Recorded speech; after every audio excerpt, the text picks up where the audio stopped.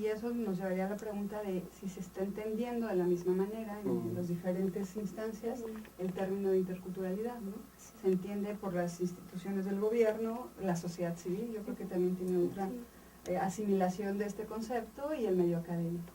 Sí, son diferentes y hay momentos en que no sabes si convergen o de forma estratégica salen y afloran otras nociones que tienen estos tres tipos de actores en este caso. Son diferentes en sí, pero creo que hay momentos en que sí convergen. Diferentes en el sentido, por ejemplo, que las instancias de gobierno en ocasiones siguen entendiéndolo como vinculado exclusivamente con los indígenas, y por eso la mayoría de los programas que desarrollan los activizan con educación intercultural, y vemos siempre que los otros y el problema sigue siendo ellos solamente, y para ellos está destinada ese tipo de educación. ¿Qué falta con nosotros que los necesitamos más, los mestizos, ¿no? O sea, ¿por qué nosotros no trabajamos o no tenemos esto, lo que es la educación intercultural?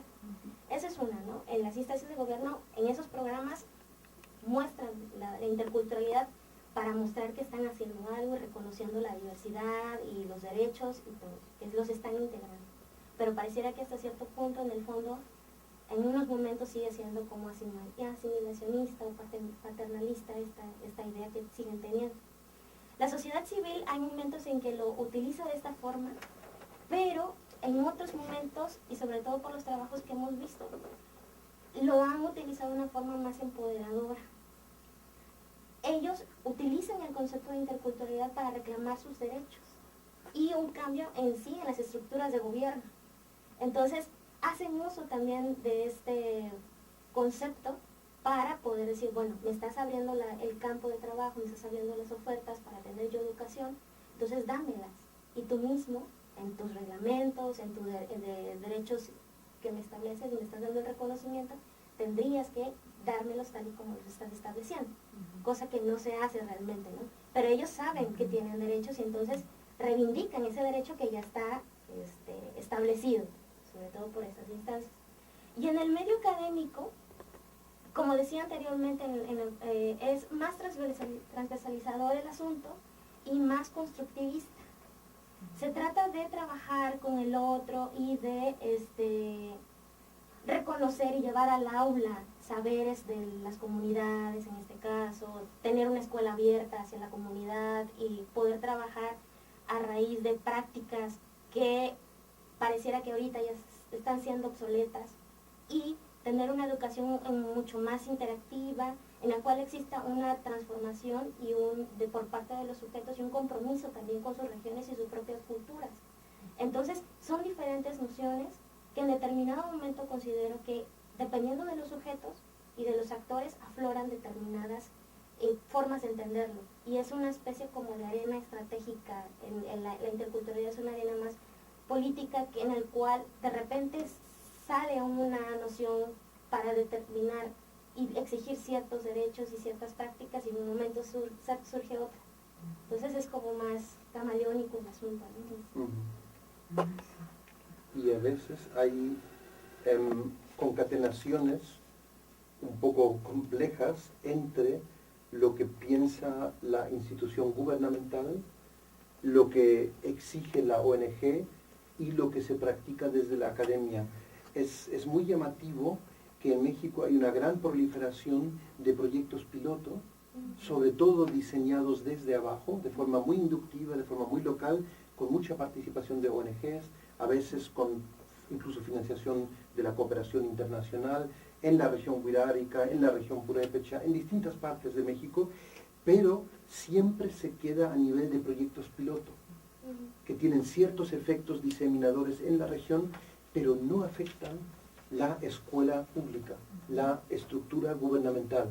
Y entonces a veces hay como un diálogo de sordos entre estas ricas experiencias locales que se quedan en lo local y la estructura de la SEP, con su afán de normar desde arriba, de seguir homogeneizando y además de malinterpretar desde mi punto de vista el concepto de educación intercultural, intentando convertirlo en una especie de materia, como un área en la que se enseña. Ahora lo hemos visto en la reforma de básica, por fin se ha logrado una pequeña ventana de oportunidad que es esta materia de lengua y cultura, se llama, donde se va a impartir la lengua regional en determinados municipios, en determinadas regiones de México, pero cualquier lingüista te explicaría que convirtiéndolo en una mera materia, la lengua no se convierte en instrumento de instrucción realmente, sino se encasilla.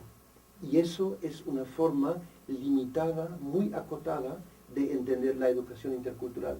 Si realmente quisiera una escuela pública interculturalizar su currículum, tiene que repensar el currículum desde abajo y no insistir en documentos de 500, 600 páginas de normar desde arriba toda la realidad escolar. Y la de todo México, ¿no? Que es tan diverso. Y eso creo que es parte de una tradición nacional de cómo entender el currículum, ¿no? Siempre con este afán de centralizarlo todo, incluso cuando ya hay descentralización educativa y todo, pero se sigue legislando y normando desde arriba, en vez de decir, bueno, si hablamos de pertinencia cultural, tienen que ser los actores comunales, municipales, regionales, los que tienen que pensar lo que es pertinente en su contexto, ¿no?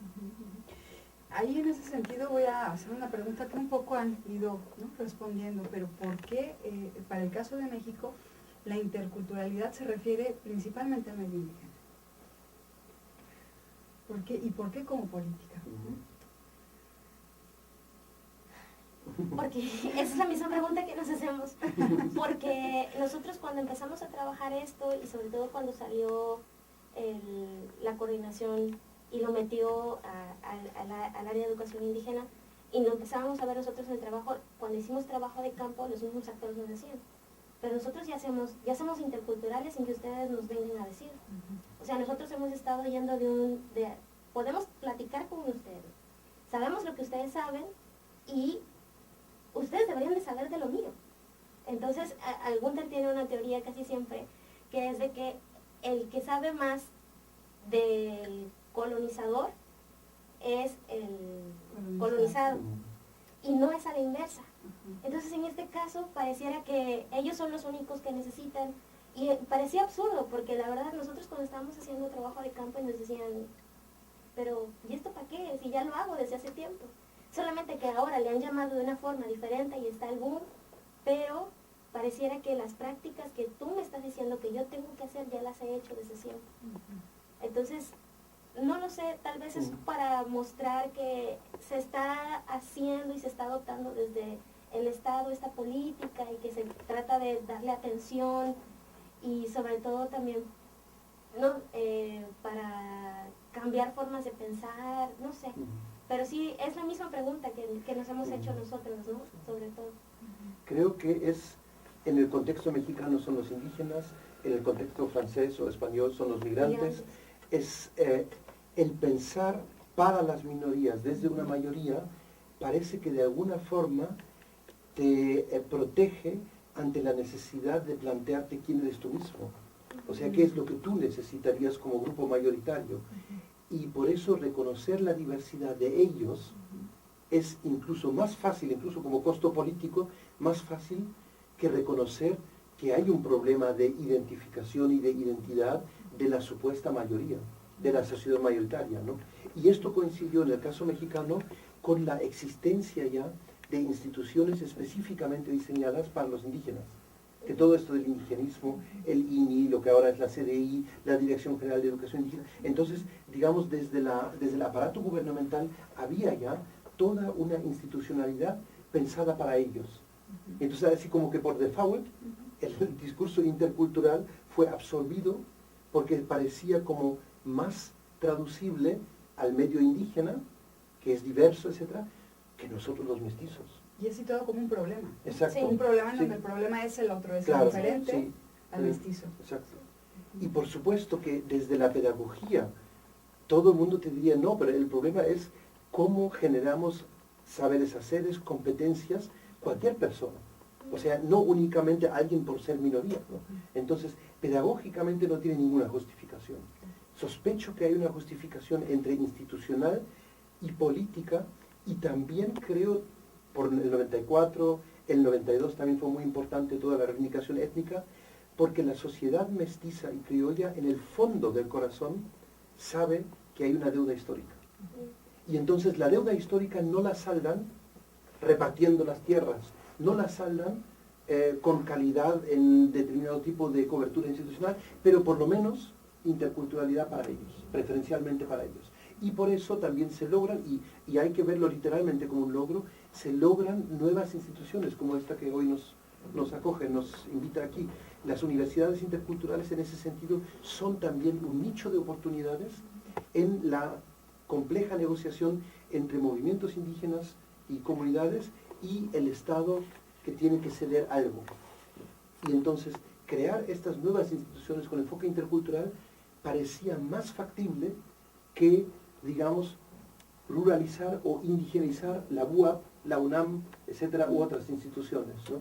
Porque así paralelizas instituciones, pero no tienes que cuestionar la UAP, la UNAM, tal como siempre han funcionado, ¿no? Entonces yo creo que esa es una de las ventajas que tiene el convertir el indígena nuevamente como ahora no tanto en problema, sino en beneficiario, pero se sigue aislando a un solo actor. Cuando el problema no es el actor, el problema es la relación de asimetría de poder entre el Estado y ellos.